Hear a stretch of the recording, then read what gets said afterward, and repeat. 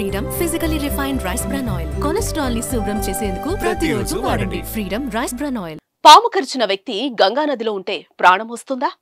పాము వచ్చి విషం తీసుకుంటుందా? భారతదేశం విభిన్న సంస్కృతి మరియు సంప్రదాయాలతో పాటు చాలా మూఢనమ్మకాలతో కూడిన దేశం. ఒకవైపు టెక్నాలజీలో దూసుకుపోతున్న అరచేతిలో అంతర్జాలం వచ్చిన దేశంలో చాలా మంది మూఢనమ్మకాలను ఆచరిస్తూనే ఉన్నారు. తాజాగా యూపీలో మూఢనమ్మకానికి సంబంధించిన ఓ విషయం ఆశ్చర్యానికి గురి చేస్తోంది. పాము కాటుతో చనిపోయిన వ్యక్తి తిరిగొస్తాడనే నమ్మకంతో గంగా నదిలో 2 రోజులు ఉంచారు. ఇంతకీ ఏం జరిగింది అంటే,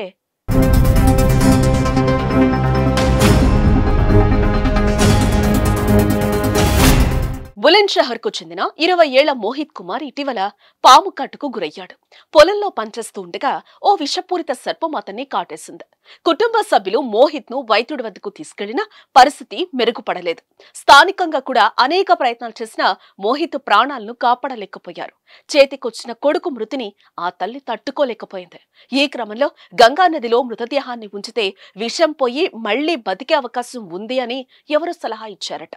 కొడుకుపై ఉన్న ప్రేమతో ఆ తల్లి వెంటనే మృతదేహాన్ని కుటుంబ సభ్యుల సాయంతో గంగా నదికి తీసుకెళ్లింది. 2 రోజుల పాటు యువకుడి మృతదేహాన్ని గంగా ప్రవాహంలో కట్టుంచారు. చనిపోయిన తర్వాత తన కొడుకు మళ్లీ బతికొస్తాడని అతడి తల్లి ఎంతో నమ్మకం పెట్టుకుంది. అయితే 2 రోజులుగా యువకుడి శరీరంలో కదలిక లేకపోవడంతో బయటకు తీసి దహనం చేశారు.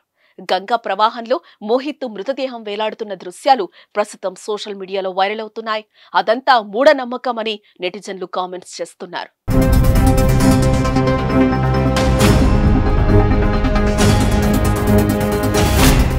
సుమన్ టీవీలో మీ పర్సనల్ అండ్ బిజినెస్ ప్రమోషన్స్ కోసం కింది నెంబర్కి కాంటాక్ట్ చేయండి.